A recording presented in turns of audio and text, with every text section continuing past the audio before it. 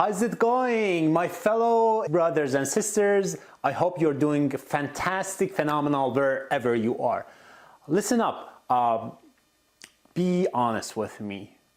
Would you say nobody has betrayed your trust?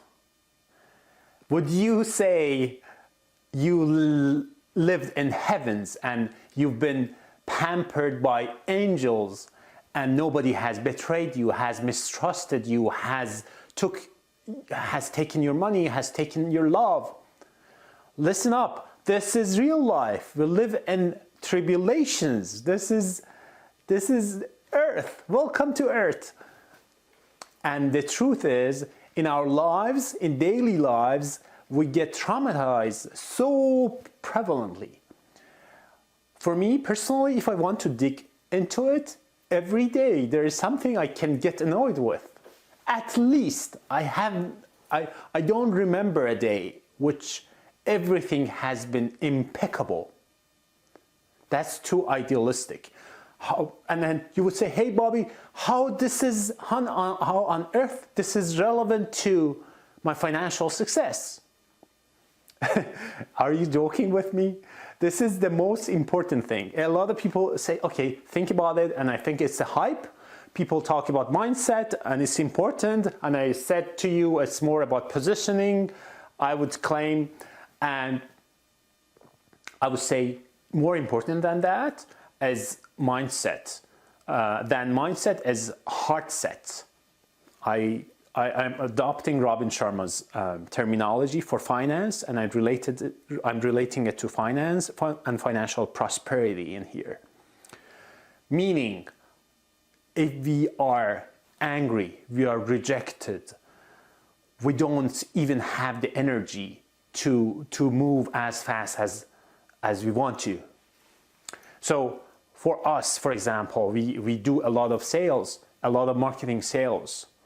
For me personally, it has been a hard journey because I'm not coming from sales background. Even if for people coming from sales background, the hardest there is the rejection, because you give so much value and you get so little compared to the things that you put. For me personally, I have been betrayed by family members, some of my closest family members. If I tell you my story, I will bore you to death, but just tell you, I should be a homeless person in Los Angeles for so many years. And I think it's just my belief, but I think I've been saved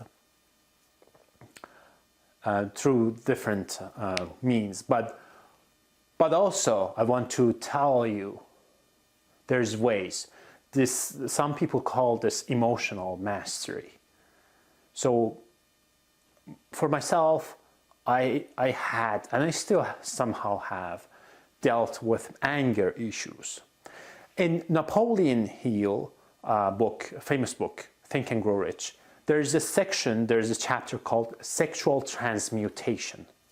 And the idea is that for our body, for our sexuality, not to be manifested necessarily in the sexual relationship, but we can transmute that energy to wealth and prosperity. And I would say that it's applicable for emotions like anger, for example, rejection. And there's so many people that have used it, meaning, especially at the beginning, I'm sorry, but who pissed you off? But which family member did not really believe in you? For me, there has been a lot. And I transmute that energy, and I want to prove them wrong. And these are the fuels. Look at Messi this year, for example. He won the championship because he was angry. And he transmuted that anger to a Messi that we had never seen him winning the championship. If you talk with Kobe, God bless his beautiful soul, if we talk with every tycoon of financial prosperity or business prosperity, they have transmuted this energy.